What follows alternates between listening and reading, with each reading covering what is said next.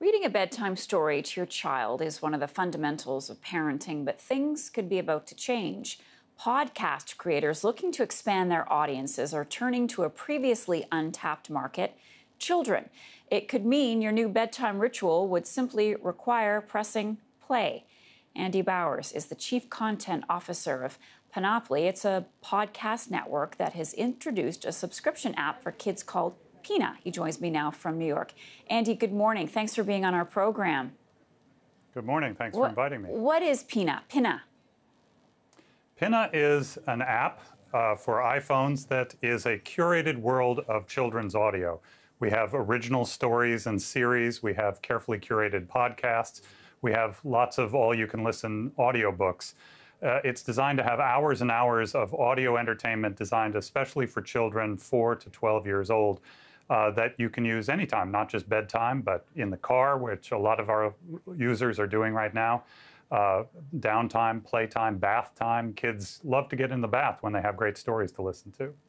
There's a big difference between a podcast for children versus simply putting them in front of the TV. Elaborate on this. Yeah, well, TV is kind of a passive medium, a lean-back medium, no offense, of course. When kids are watching shows, kids shows on television, what they're looking at is the creator's imagination and how they envisioned a story looking. When a kid listens to any audio story, whether it's told by their parents or one from the Pina app, what they're doing is making their own images in their head. They're using their imaginations.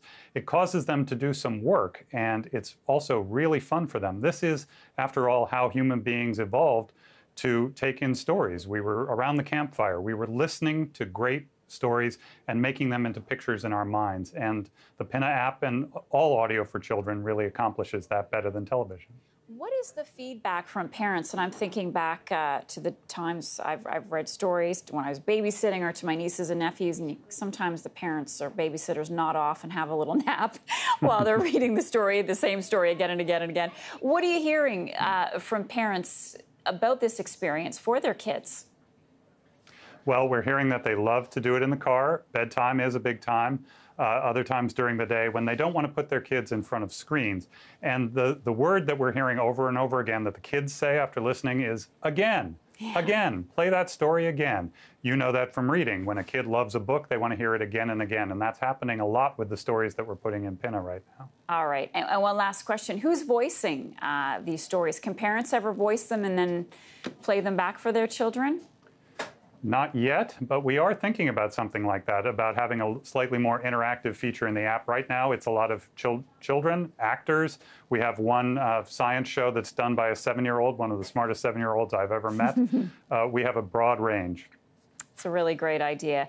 Andy Bowers, Chief Content Officer of Panoply, joining us from New York. All the best. Appreciate it.